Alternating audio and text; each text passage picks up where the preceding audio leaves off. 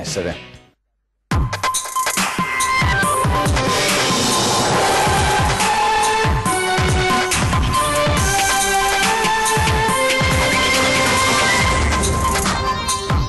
Fiumi di fango nel Trentino colpito dall'alluvione dal tardo pomeriggio di ieri, diverse località messe in ginocchio, Moena su tutte, dal Veneto la protezione civile è pronta a partire per dare una mano. Raffiche di controlli negli ultimi 2 mesi in Italia da parte del nucleo antisofisticazione dei carabinieri nel mirino prodotti biologici irregolari, a Treviso sequestrate quasi 2 tonnellate di farine.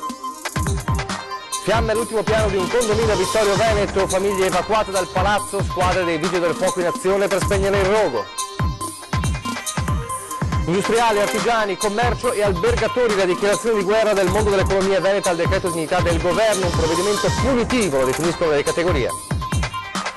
La Lega, la sentenza della Cassazione che chiede il sequestro di 49 milioni di euro per l'inchiesta Bossi del sito. Ieri sera a 20:10 il consigliere regionale Villanova dice richiesta abnorme e tempismo perfetto per i giudici, così si uccide il partito. Olimpiadi invernali 2026, stamane il governatore Zaia a Roma per incontrare il numero 1 del CONI Malagò e consegnargli il dossier per la candidatura di Cortina Dolomiti. Condannato a 2 mesi di reclusione un 55enne trevigiano che sparò ucciso con il fucile il suo cagnolino perché è giudicato troppo aggressivo. Ieri sera una piazza San Marco incantata dallo show del concerto di Zucchero, nonostante la pioggia iniziale, 30 brani nella suggestiva cornice, stasera si replica.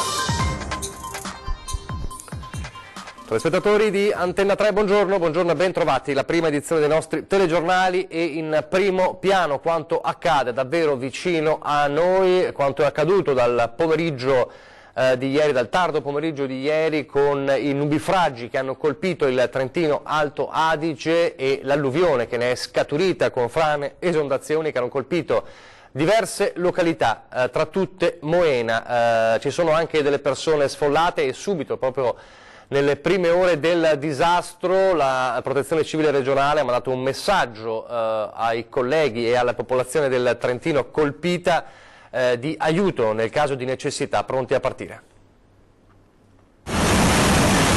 Un fiume che ha travolto Moena lasciandosi alle spalle fango e danni. Il maltempo che si è abbattuto ieri nel pomeriggio ha letteralmente messo in ginocchio diverse località del Trentino.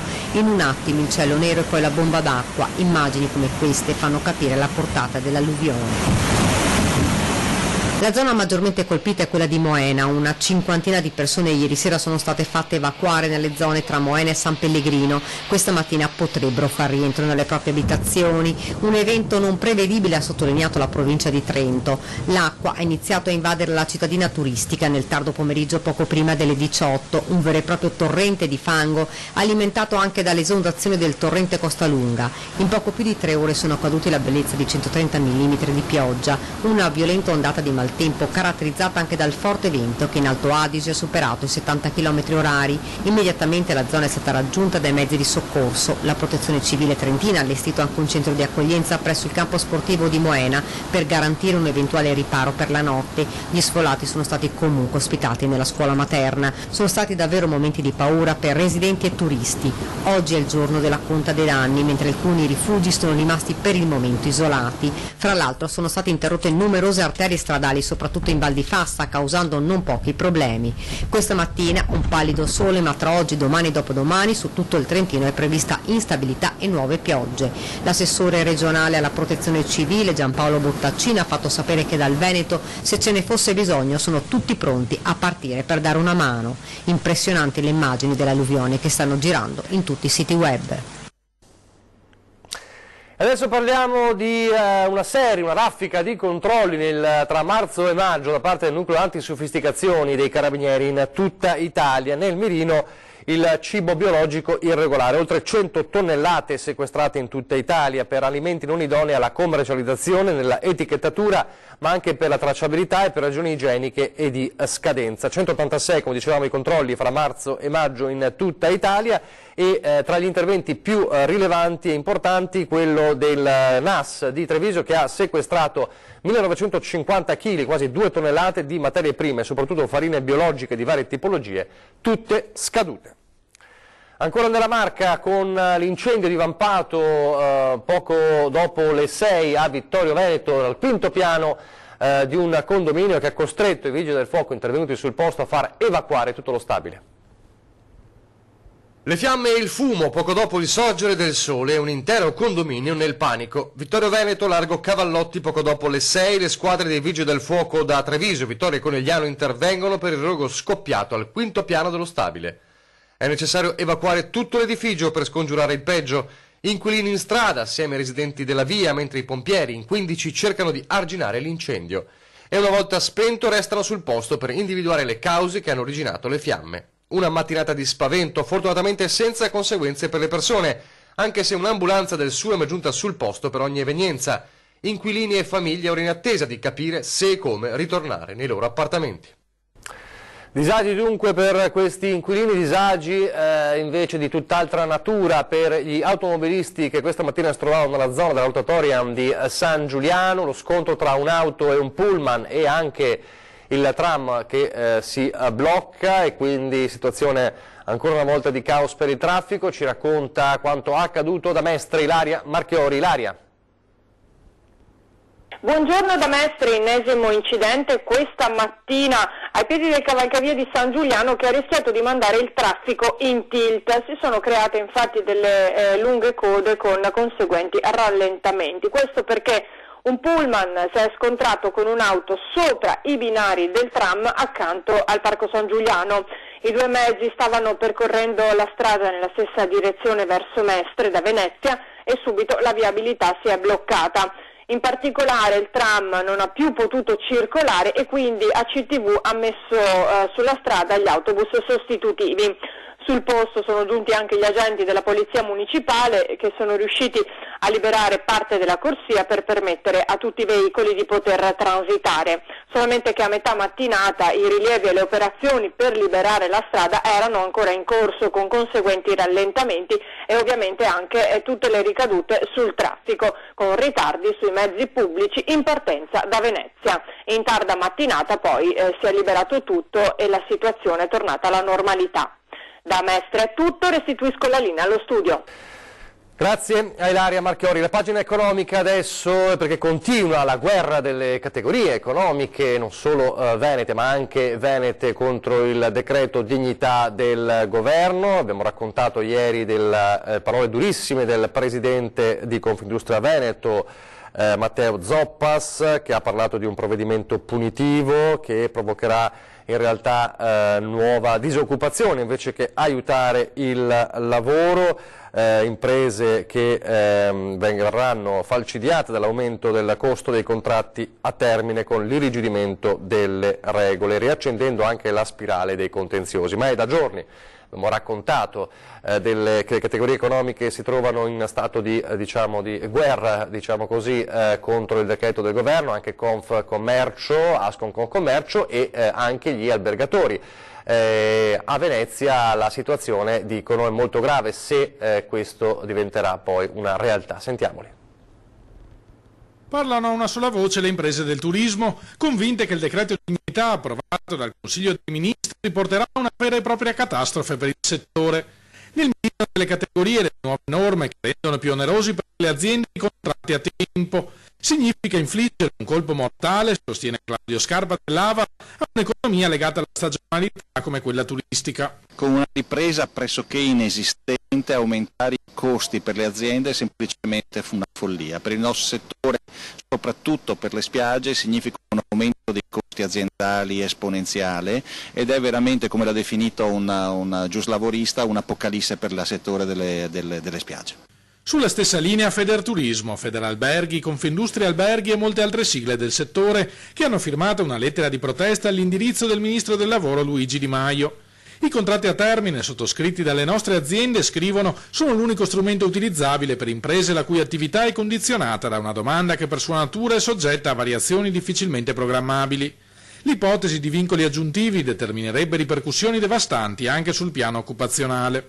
In alcune aree del territorio significherà un ritorno massiccio al lavoro nero, quindi sarà controproducente. Siamo in un periodo in cui l'occupazione il tasso di occupazione è al suo massimo, proprio perché c'è stato fatto un lavoro forte di emersione, fatto dalle categorie, fatto dal governo, ed ora invece con questo provvedimento si rischia di ritornare a delle vecchie, desuete e sbagliate pratiche del lavoro nero. Si tratta di un provvedimento totalmente irrazionale, insistono gli albergatori, che non ha alcuna motivazione sensata, al di là dell'ansia dei 5 Stelle di conquistare un palco finora riservato alle iniziative della Lega e di Matteo Salvini. Secondo me è solo la voglia di essere protagonisti, di rispondere alle critiche di chi ha detto che finora non avete fatto niente e si cerca quindi di fare. Ma questi provvedimenti devono essere meditati, ponderati, condivisi con le categorie, condivisi col sindacato, mentre invece mi pare che ci sia una voglia di protagonista che può portare solo unicamente a risultati sbagliati. Intanto sul fronte lavoro, ieri l'incontro al Ministero dello Sviluppo Economico con uno spiraglio che si apre di speranza per i dipendenti della sede padovana di Comdata a rischio licenziamento. Si apre uno spiraglio per i 204 dipendenti padovani della Comdata, i cui posti di lavoro sono appesi ad un filo dopo la decisione dell'azienda di chiudere la sede veneta della società specializzata nell'assistenza a clienti e nell'esternalizzazione dei processi gestionali. Nell'incontro al Ministero dello Sviluppo Economico, al quale erano presenti rappresentanti dell'azienda e dei sindacati, i delegati del MISI hanno espresso contrarietà ai licenziamenti ed avanzato all'azienda la richiesta di un ripensamento. Il tavolo è stato riconvocato per metà mese. Ci sono altri poi fatti romani, fatti nazionali che si riverberano in Veneto, su tutti la sentenza della Cassazione con la richiesta di sequestrare 49 milioni di euro dai conti della Lega Nord. L'inchiesta è quella Bossi-Belsito, un colpo durissimo per la Lega. Ieri sera a 20:10 c'erano il consigliere regionale della Lega Alberto Villanova e il capogruppo del Partito Democratico Stefano Fracasso. Sentiamo le loro parole proprio su questa richiesta, su questa sentenza della Cassazione. Era una sentenza che avevamo già visto a settembre dell'anno scorso e che per noi in Veneto ci aveva costretto a fare la campagna elettorale per il referendum senza fondi. Adesso vediamo che con un tempismo perfetto, nel momento in cui la Lega ha i massimi storici, arriva questa sentenza della Cassazione. Io voglio solo ricordare una cosa a chi ci segue.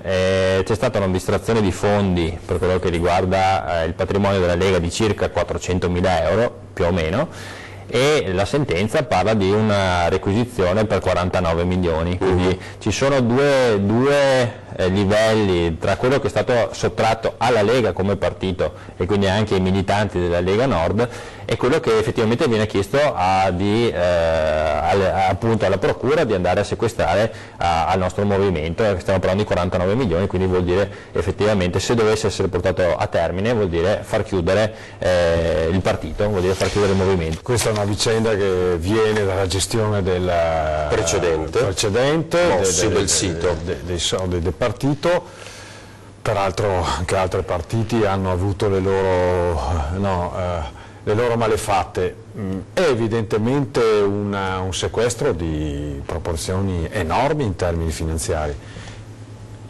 Penso che Salvini debba fare subito chiarezza più che far denunce, cioè debba insomma anche da segretario del partito dire come stanno le cose, perché ripeto, un sequestro di quelle dimensioni sicuramente paralizzerebbe la Lega come formazione politica, non il suo leader né il ministro degli interni.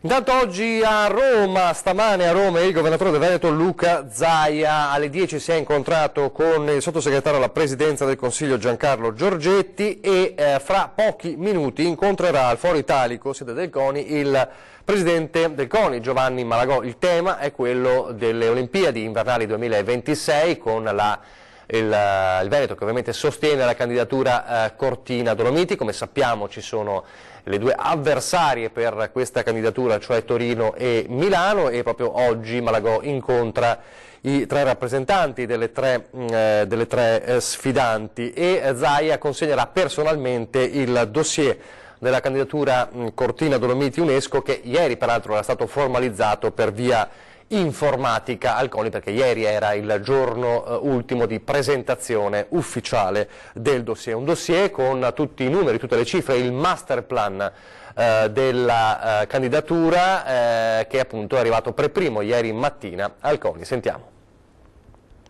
Il primo traguardo è stato raggiunto, almeno sul fronte della velocità dei dossier. Cortina ha battuto Milano e Torino. Ore 10:30 al CONI, attraverso posta certificata, arriva la documentazione del piano di fattibilità per la candidatura di Cortina Dolomiti a organizzare le Olimpiadi invernali 2026. I primi di tutti. Bastasse la celerità, i giochi sarebbero fatti, ma servirà ben altro per battere una concorrenza ben sponsorizzata politicamente. Basti pensare alla Torino pentastellata e alle dichiarazioni di giorni scorsi del ministro Toninelli. Senza dimenticare la Milano spinta non solo dal sindaco Sala, ma anche dalla Lega che domina in regione. Veneto e Trentino però non sembrano avere timori e le motivazioni sono quelle che da mesi vengono messe sul piatto dal governatore Zaia. Noi sappiamo che candidiamo un comprensorio sciistico più grande al mondo, oltre 1400 km di piste, per cui se c'è un tema nelle Olimpiadi invernali è quello della neve e del ghiaccio. Abbiamo i trampolini, abbiamo i palazzetti del ghiaccio, abbiamo un sacco di attività perché viviamo di neve, no? Viviamo di sport invernali. E allora eccolo il dossier nel quale si spinge sulla proposta alternativa a basso impatto ambientale, con la suggestiva ricorrenza dei 70 anni delle Olimpiadi cortinesi del 1956. 3 le macro aree individuate, Cortina, Val di Fiemme, Pinè, Merano, per concentrare le manifestazioni sportive non in un raggio ridotto e limitare gli spostamenti. 7 discipline sportive concentrate nella città olimpica, sarebbe il record dal 1998, ma nessuna nuova struttura permanente ad hoc, se non ammodernamenti e lavori di rifacimento, perché le strutture di fatto in gran parte ci sono già, ecco il cemento zero.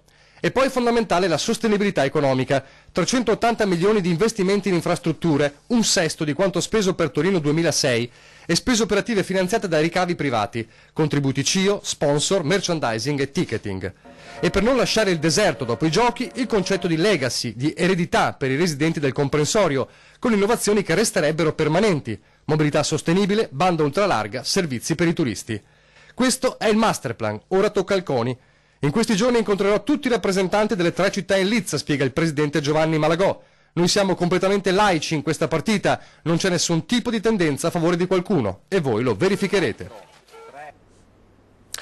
Torniamo alla cronaca adesso, ha sparato e ha ucciso il suo cagnolino con il fucile perché diceva era troppo aggressivo. Un 55enne trevigiano è stato condannato dal tribunale.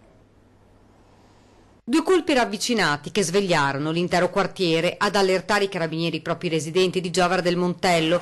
Quando i militari arrivarono nella via trovarono un cagnolino meticcio in un lago di sangue, ucciso con 2 colpi di fucile dal suo proprietario.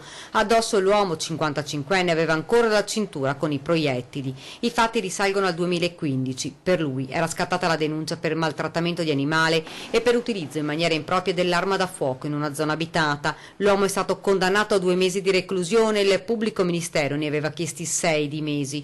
Il giudice è stato un atto di crudeltà. L'uomo avrebbe tentato di giustificare il suo atto spiegando che il cagnolino era diventato aggressivo e che continuava a scappare di casa. Il legale dell'uomo ha annunciato il ricorso. Si getta in acqua e salva una ragazzina che voleva farla finita. Protagonista del gesto eroico un migrante nigeriano di 29 anni. Quando ha visto la ragazzina cinese, 17 anni appena, gettarsi in acqua dal ponte di Corso del Popolo, tra le urla dei passanti, non ha esitato. Solomon, un nigeriano di 29 anni, che ha chiesto asilo in Italia, ma la sua domanda è stata respinta, si è tuffato e ha salvato la ragazza, aspirante suicida. Immediato l'arrivo dei soccorsi, sanitari del 118, poliziotti, carabinieri e vigili del fuoco, ma il nigeriano aveva già riportato a riva la giovane. L'uomo, che ha ricevuto subito i complimenti di tutti i curiosi che si erano fermati e degli agenti delle forze dell'ordine, si è visto respingere la richiesta di asilo. Ora magari spera che questo gesto d'altruismo possa aiutarlo a ottenere il permesso di soggiorno. Adesso una breve pausa pubblicitaria.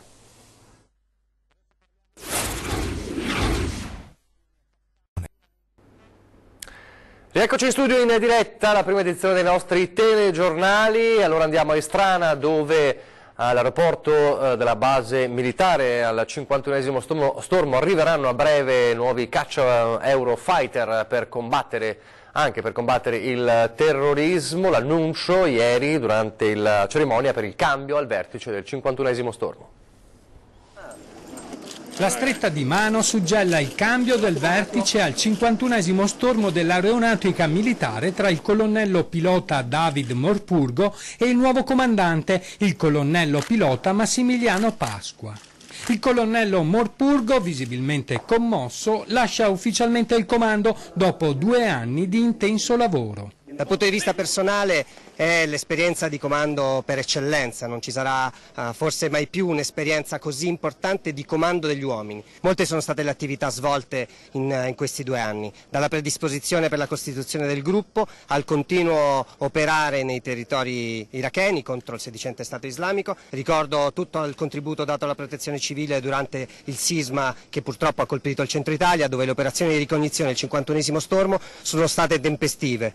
Alla cerimonia di avvicendamento non poteva mancare il comandante e le forze da combattimento, generale di divisione aerea Silvano Frigerio. Sul palco d'onore presenti numerose autorità militari e locali, dei labari, delle associazioni combattentistiche ed Arma, oltre naturalmente allo schieramento del personale militare e civile dello stormo. A Istrana, una delle più importanti basi militari del Veneto, è in programma un ampliamento con l'incremento di un nuovo gruppo di velivoli caccia bombardieri. A ribadirlo il generale Frigerio.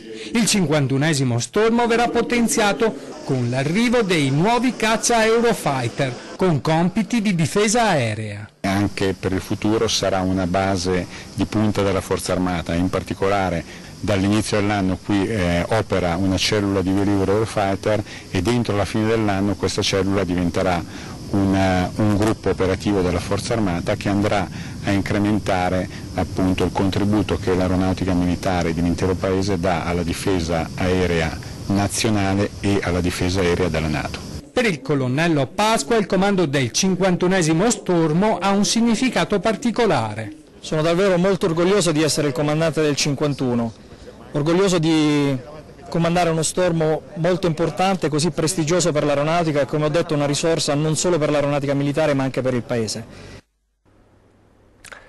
Una specie di fuga d'amore che però ha tenuto con il fiato sospeso ovviamente una famiglia, una comunità, quella di un ragazzino di 14 anni, padovano, di zona di Selvazzano, che ha saltato l'esame di terza media, lo aspettavano a scuola ovviamente per l'esame di terza media, ha inforcato la bicicletta ed è partito alla volta di Pontremoli in Toscana perché voleva raggiungere una ragazzina con la quale si era conosciuto in chat e che abitava proprio a Pontremoli, si era innamorato di questa ragazzina, così appunto è partito alla volta di quella cittadina vicino a Massa Carrara e senza ovviamente avvertire nessuno. Solo in tarda serata, questo è accaduto qualche giorno fa, quando si è avvicinato intorno a una 60ina di chilometri dal suo obiettivo, si è fermato in tarda serata nella zona di un ostello, il barista dell'ostello si è insospettito, nel frattempo l'allarme era stato lanciato e quindi il ragazzino è stato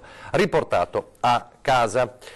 Adesso la musica che ieri l'ha fatta da padrona nel salotto del Veneto, nel salotto d'Italia, chiamiamolo così, perché a Piazza San Marco c'è stato il grande concerto di Zucchero, il primo dei 2 concerti, le 2 date a Venezia in Piazza San Marco di The Best Tour, 30 canzoni in scaletta, ovviamente la suggestione della cornice di Piazza San Marco. Sapevamo che Piazza San Marco era chiusa a partire dalle 19:15 al transito e quindi per gli spettatori che hanno potuto godere dello spettacolo un grande successo nonostante la pioggia iniziale. Stasera si replica la seconda data del concerto. E a proposito di musica, concerti jazz e lezioni di musica, è tutto pronto per il Castelfranco Jazz Festival.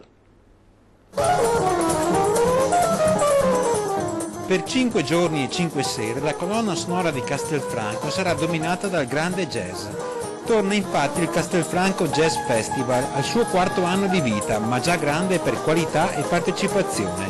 Si parte mercoledì 11 luglio ed è una partenza col botto, con artisti del calibro di Rosario Bonaccorso e Stefano Di Battista. Si finisce domenica 15 luglio con Mauro Tolini ed il suo trio campato in aria. In mezzo Silvia Donati e il Serrito High School in collaborazione con Veneto Jazz e l'esibizione della Big Band Stefani, diretta da Gianluca Carollo e formata dai migliori allievi del Conservatorio Stefani di Castelfranco, animatore e organizzatore del festival assieme a Comune e Provincia. Il Conservatorio di Castelfranco Veneto è Università della Musica, è l'istituto superiore degli studi musicali, così definito dalla legge, che ci vede a tutti gli effetti paralleli a quello che è il mondo universitario. Amore per la musica che è tutt'uno con l'insegnamento della musica stessa. Ad ogni concerto infatti sono abbinate delle masterclass tenute dagli stessi artisti che poi si esibiranno la sera. Perché questa sarà pure l'era della musica vista e ascoltata su YouTube, ma dal vivo è tutta un'altra cosa. Un conto è andare a vedere un concerto dal vivo, un conto è vederlo su YouTube o ascoltarlo o vederlo su un video, è totalmente diverso. Ai concerti vengono sempre abbinate delle masterclass, che è un po' l'arma vincente del nostro festival, che è in continua crescita sia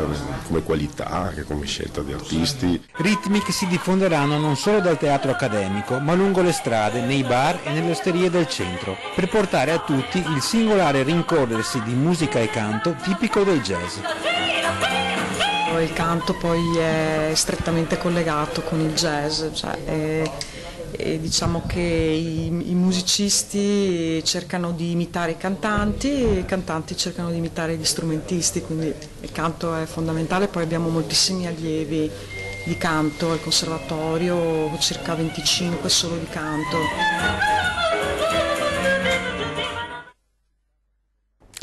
Siamo in chiusura, vi ricordo l'appuntamento con ore 13 fra pochissimo e poi questa sera 20:10 per tornare a parlare di banche, di azionisti truffati con tutte le ultime novità con l'economista Francesco Pontelli e l'avvocato Paolo Quaggetto. È davvero tutto, vi lascio alle previsioni del tempo, grazie per averci seguito. Arrivederci.